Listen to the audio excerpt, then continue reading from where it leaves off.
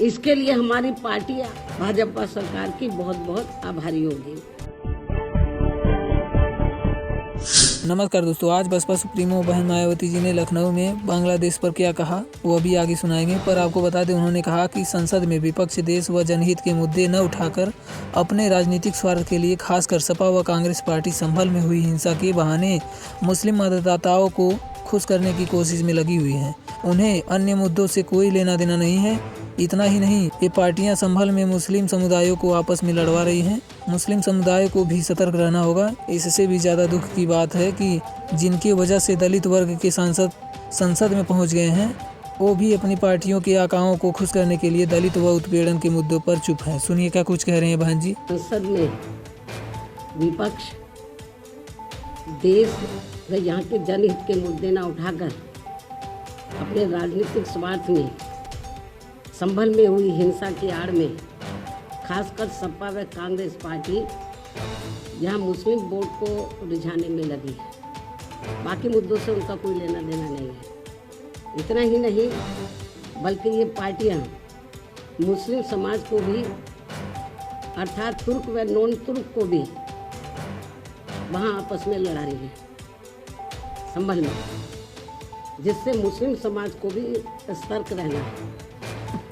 इससे भी ज़्यादा दुख की बात यह है कि जिनकी बदौलत से संसद में दलित वर्ग के सांसद पहुँचे हैं, मेंबर पार्लियामेंट पहुँचे हैं, वो भी अपनी अपनी पार्टियों के आकाओं को खुश करने के लिए दलित उत्पीड़न के मुद्दों पर अधिकांश चुप ही बैठे हैं।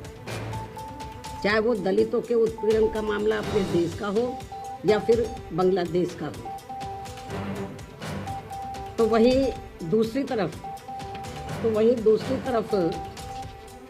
पड़ोसी देश बांग्लादेश में हिंदू जो बड़ी संख्या में जुर्म जाति के वहाँ शिकार हो रहे हैं, उसमें अधिकांश संख्या उन दलितों की है, उन वीकर सेक्शन के लोगों की है, कमज़ोर तबके के लोगों की है, खासकर दलितों की है, जिनकी भारत देश में बहुलता होते हुए भी बंटवारे में जबरन उनको बाबा साहब डॉक्टर भीमराव अंबेडकर को संविधान सभा में चुनकर भेजने की सजा के तौर पर पाकिस्तान को दे दिया गया था।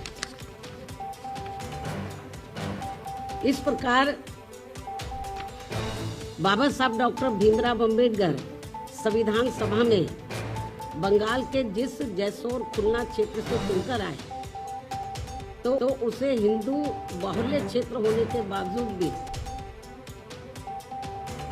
षड्यंत्र के तहत पहले पाकिस्तान के हवाले कर दिया, जो अब बांग्लादेश में है। वो क्षेत्र अब बांग्लादेश में है, और जिस क्षेत्र को पहले पाकिस्तान के हवाले कर दिया था, जो अब बांग्लादेश में है, तो हिंदुओं में भी अधिकांश संख्या वहाँ वीकर सेक्शन है, जिससे फिर बाबा साहब डॉक्टर भीमराव अंबेडकर वहाँ से इस्तीफा देकर भारत वापस आ गए बांग्लादेश से। और ये सब जातिवादी खेल कांग्रेस पार्टी का था। और अब जब वहाँ इनका शोषण हो रहा है, तो विपक्ष की ये मुख्य पार्टी इस पर चुप है, कांग्रेस पार्टी चुप है। और अब वह केवल मुस्लिम वोट के लिए संभल चिल्ला रही है। इस मामले में कांग्रेस, सपा व इनके समर्थक दल एक ही थाली के चट्टे बट्टे हैं।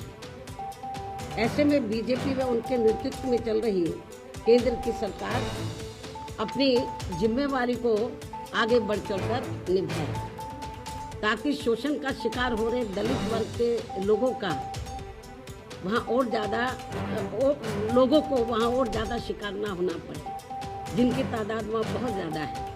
या फिर कांग्रेस की इस गलती का जो अब वहाँ दलितों को नुकसान उठाना पड़ रहा है, तो उन्हें वहाँ की सरकार से बातचीत करके भारत में वापस लाया जाए। इसके लिए हमारी पार्टी आपकी बहुत बहुत आभारी होगी। केंद्र की वर्तमान भाजपा सरकार की बहुत बहुत आभारी होगी।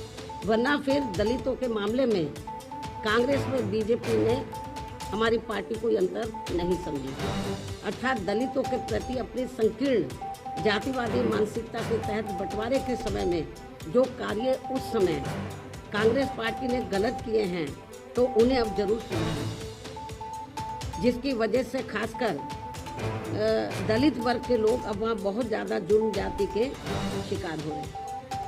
अन्य हिंदू भी वहाँ काफ़ी ज़्यादा दुखी व पीड़ित है, वो भी शिकार हो रहे हैं। ऐसे में भारत की तरफ से उन सब की सुरक्षा व उन्हें हर प्रकार से संरक्षण देना भी बहुत ज़रूरी है। ये केंद्र के वर्तमान बीजेपी की सरकार को देखना चाहिए। इस खास अपील के साथ ही अब मैं अपनी बात यही समाप्त करती हूँ। धन्यवाद। फिलहाल इस खबर पर आपकी क्या राय है, कमेंट करके जरूर बताएं। धन्यवाद।